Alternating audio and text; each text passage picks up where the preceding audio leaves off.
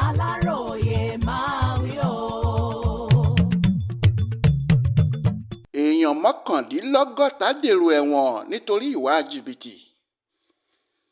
Yorùbá bọ̀ wọ́n ní kárìn-kápọ̀ yíyẹni yẹni, ṣùgbọ́n ibi tí kò dùn mọ́ àwọn ọ̀dọ́kùnrin mọ́kàndínlọ́gọ́ta 59 kan nínú ni wọ́n jọ kọ́wọ́ rìn lọ pẹ̀lú bí àwọn adájọ́ ṣe sọ gbogbo wọn sẹ́wọ̀n láàrin ọ̀sẹ̀ yìí lẹ́yìn tí wọ́n jẹ̀bi ẹ̀sùn jìbìtì ní kóòtù.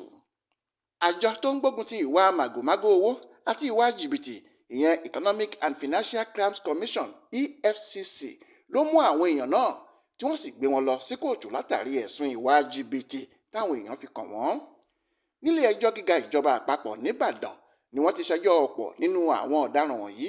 Wọ́n ṣẹjọ́ àwọn yòókù ní kóòtù ńlá ìjọba ìpínlẹ̀ Ọ̀ṣun nílùú Òṣogbo, nígbà tí wọ́n ń ṣe tàwọn míì nílé ẹjọ́ gíga ìjọba ìpínlẹ̀ Ògùn tó wà nílùú Abẹ́òkúta.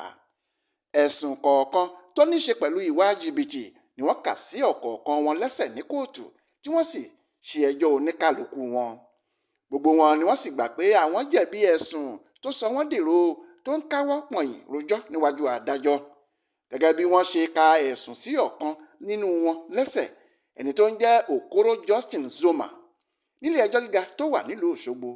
Ohun tí wọ́n sọ síbẹ̀ ni pé ìwọ Okoro Justin Zoma lọ́jọ́ kan báyìí nínú oṣù kejì ọdún 2023 níbì kan tó wà níkápá ilé ẹjọ́ yìí, ó fi orúkọ olórúkọ lu ẹnìkan ní jìbìtì lórí ẹ̀rọ ayélujára tá a mọ̀ sí Facebook pẹ̀lú bó ṣe pe ara ẹ̀ ní òyìnbó ará Amẹ́ríkà tórúkọ ẹ̀ ń jẹ́ Corey Spencer Smith, èyí tó lòdì sófin tó ṣe ìwà jìbìtì léèwọ̀ lórílẹ̀‐èdè yìí, ó sì la ìjìyà lọ.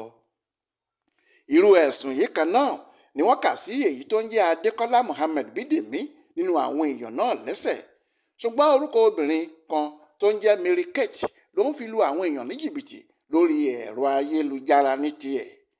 Díẹ̀ nínú orúkọ àwọn ògbólógbò oníjìbìtì ọ̀hún yòókù ní Rahim Toheeb Ọlálékan, Ndúneri Calvin Precious, Adékọ́lá Akínṣọlá Ìyanu Olúwa, Adégòkè Tọ̀míwá Ọlálékan, Akíntádé Isaac Tèmítáyọ̀ àti bẹ́ẹ̀ bẹ́ẹ̀ lọ. Gbogbo wọn ni wọ́n jẹ́wọ́ ẹ̀sùn tí wọ́n fi kàn wọ́n níwájú adájọ́ tó gbọ́ ẹjọ́ kálukú wọn.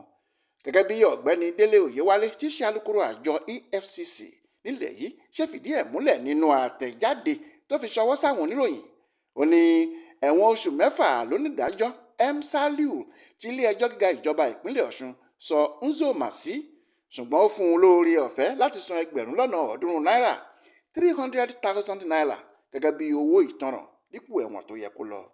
Onídàájọ́ Saliu yìí kan náà ló sọ Bídèmí sẹ́wọ̀n oṣù 6.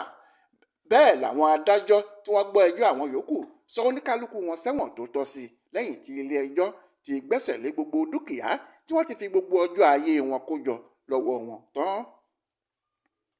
Ọ̀làwálé Àjàó ló ṣàkójọpọ̀ ìròyìn ọ̀hún fún Aláròyé Online Television.